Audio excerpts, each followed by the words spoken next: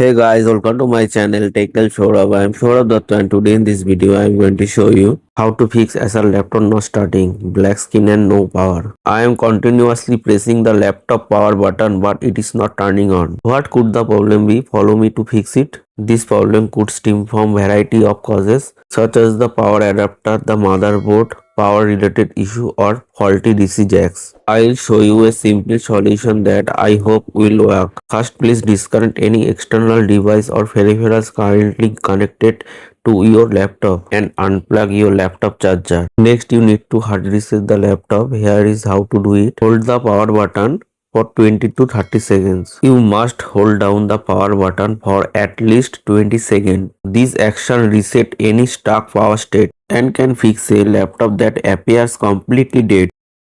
Then reconnect the charger to the laptop. After connecting the charger, press the power button to turn on the laptop and check if it is start up. If it does not turn on, assume that there is another issue like hardware issue and battery and DC jack issue. I press the power button on my laptop and it is start up. If it start, the issue was likely a stuck power state. I hope this video helped you. Please share it with your friends also. If you have any doubt related to this, let us know in the comment box below.